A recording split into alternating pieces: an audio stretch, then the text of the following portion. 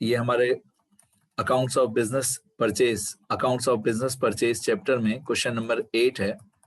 ये short sums वाला method है, वेंडर्स डेटर्स वाला। यहाँ पे लिखा है Jay Vijay company limited purchases the business of the partnership firm. तो न्यू कंपनी जो है उनका नाम है जय विजय कंपनी। ये पहले वर्किंग नोट्स बनाएंगे हम लोग सारे।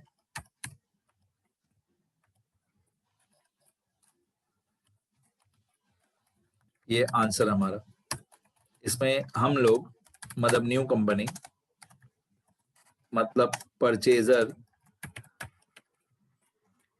मतलब जय विजय कंपनी, और जो ऑपोजिट पर्सन है वो है ओल्ड पार्टनरशिप फर्म। उसका नाम नहीं दिया हुआ है, ओल्ड पार्टनरशिप फर्म का नाम नहीं दिया हुआ है, पर हम लोग पुरानी पार्टनरशिप फर्म को बोलते हैं वेंडर्स सस्पेंस अकाउंट। हम बोलते हैं वेंडर्स सस्पेंस अकाउंट मतलब पुरानी पार्टनरशिप फर्म। चलो आगे। तो Jay Vijay company limited purchase the business of partnership firm. The company purchased all the assets except debtors and creditors and agreed to collect the amount from debtors and to pay off the creditors of the firm on its behalf. मतलब new company ने बोला कि हम पुरानी company के सारे assets खरीद लेंगे डेटर्स और क्रेडिटर्स को छोड़ के। डेटर्स को कलेक्ट करेंगे लेकिन पुरानी पार्टनरशिप फर्म के बेहाफ पे, क्रेडिटर्स को पे करेंगे लेकिन पुरानी पार्टनरशिप फर्म के बेहाफ पे। The company will get 4% commission on actual collection।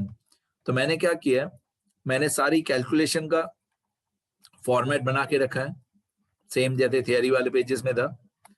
Actually वही फॉर्मेट है जो थियरी वाले पेजेस में था, मैंने सिर्फ अमाउंट्स डिलीट कर दिए। और मैंने जर्नल एंट्रीज का भी सारा फॉर्मेट बना के रखा है, सिर्फ मैंने सारी अमाउंट्स डिलीट कर दिए। जर्नल एंट्री का भी सारा फॉर्मेट वही है जो थियरी वाले पेजेस में था, सिर्फ अमाउंट्स डिलीट कर दिए। अब यहाँ पे लिखा हुआ है कि कंपनी को 4% कमीशन मिलेगी ऑन अमाउंट कलेक्टेड। कंपनी को 4% कमीशन मिलेगी on actual collection from debtors and 2% commission on the amount paid to creditors. Okay, तो ये मैं कैलकुलेशन में लिख दूंगा कमीशन वाले। 4% on amount collected from debtors, तो मैं यहाँ पे लिख दूंगा 4% on amount collected, obviously collect हम डेटा से ही करेंगे, and 2% on amount paid, obviously हम पे क्रेडिटर्स को ही करेंगे। तो मैंने 4% 2% लिख दिया, इसकी कैलकुलेशन मैं बाद में करूंगा, फिलहाल मैंने 4% 2% लिख दिया। आगे फिर क्वेश्चन में लिखा हुआ है and 2% on amount paid to creditors, ये हो गया। ₹58,000 was collected from debtors of ₹60,000। मतलब 60,000 के डेटर्स थे, उसमें से 58,000 कलेक्ट हुआ। अब मैंने तो बहुत डिटेल में फॉर्मेट बनाया है डेटर्स का, मैं यहाँ पे लिखता हूँ डेटर्स टोटल 60,000 के थे, उसमें से 58,000 कलेक्ट हुआ, मतलब बाकी 2,000 रुपीज कलेक्ट नहीं हुआ। तो जो 2,000 रुपीज कलेक्ट नहीं हुआ, हम ऐसा अज्यूम करेंगे कि ये 2,000 bad debts and discount allowed होगा।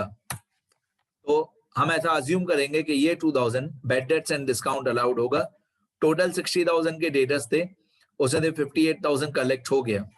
तो इतना ज्यादा डिटेल में जैसे हमने थियरी वाले पेजेस में बनाया था फॉर्मेट, इतना ज्यादा डिटेल में फॉर्मेट काम नहीं आएगा। ठीक है, तो क्वेश्चन में क्लियरली लिखा हुआ है कि 58,000 was collected from the debtors of 60,000। तो मैंने ऐसा अज्यूम किया कि बाकी के जो 2,000 के डेटर्स होंगे वो हमारा लॉस होगा।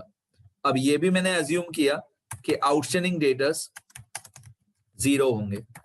अगर आउटस्टैंडिंग डेटर्स के बारे में कुछ बताया हुआ नहीं है तो हम उसको 0 अज्यूम करते हैं। डन, 3 पार्ट्स हो गए डेटर्स के। आगे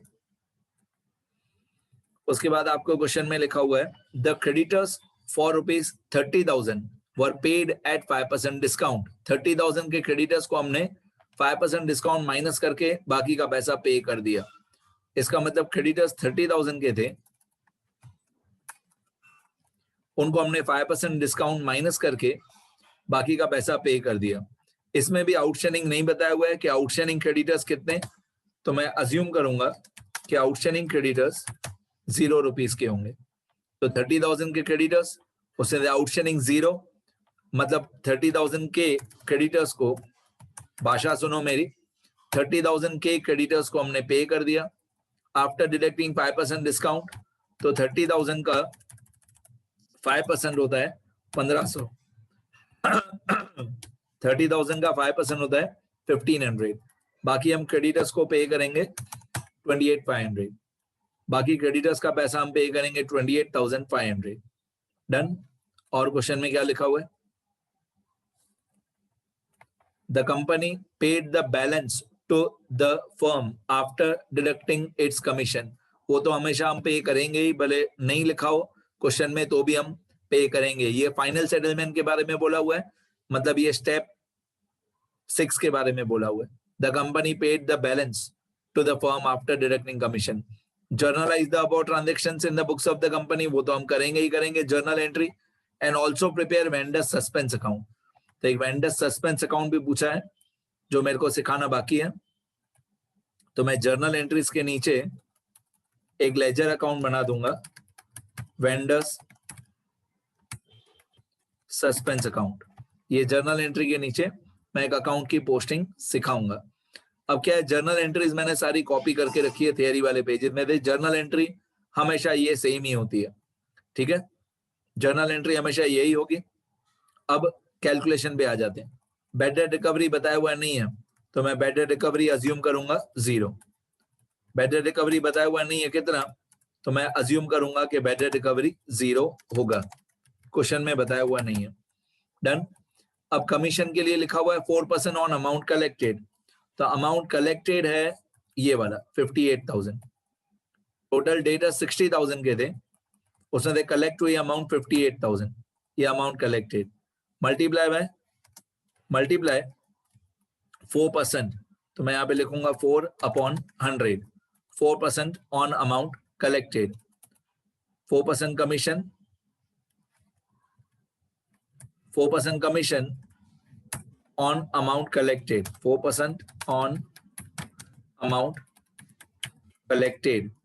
तो यहाँ पे मैं लिखूंगा 58,000 मल्टीप्लाई बाय 4/100। तो 58,000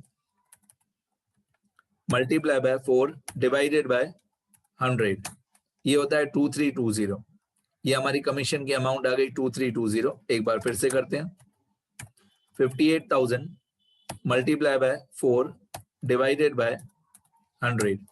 तो ये हमारी कमीशन की अमाउंट आ गई 4% ऑन अमाउंट कलेक्टेड 2320। फिर क्वेश्चन में लिखा हुआ था 2%। क्वेश्चन में लिखा हुआ था 2% on amount paid. 2% on amount paid. Obviously पे किसको करेंगे? क्रेडिटर्स को। तो यहाँ पे आएगा हमने क्रेडिटर्स को कितना पैसा पे किया, तो हमने क्रेडिटर्स को पैसा पे किया ये वाली अमाउंट 28,500।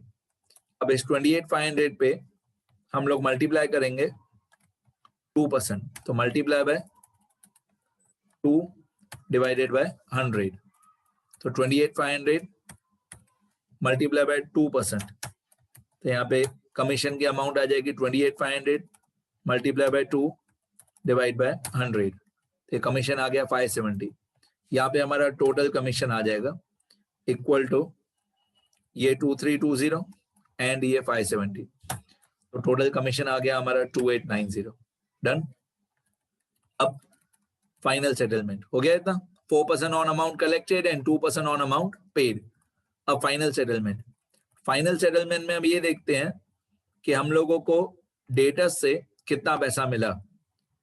पहले ये देखते हैं कि डेटर्स से कितना पैसा मिला। उसमें एक अमाउंट ये आएगी 58,000 प्लस एक अमाउंट ये आएगी बैड डेट रिकवरी 58,000 प्लस 0। तो अमाउंट कलेक्टेड हो जाएगा 58,000। मतलब इसके अंदर एक्चुअली मैंने दो अमाउंट्स प्लस किए, एक जितना डेटर्स से पैसा मिला और एक बैड डेट रिकवरी, इन दोनों को मैंने ऐड कर दिया। तो इस क्वेश्चन में बैड डेट रिकवरी 0 है। तो 58,000 plus 0 less amount paid. Amount paid मतलब जितना पैसा हमने क्रेडिटर्स को पे किया। तो हमने क्रेडिटर्स को पे किया ये 28,500।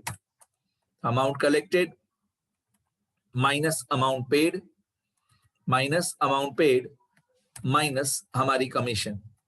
तो जितना पैसा डेटर्स से मिला, जितना पैसा हमको डेटर्स से मिला 58,000 माइनस जितना पैसा हमने क्रेडिटर्स को पे किया माइनस हमारी कमीशन, तो इक्वल टू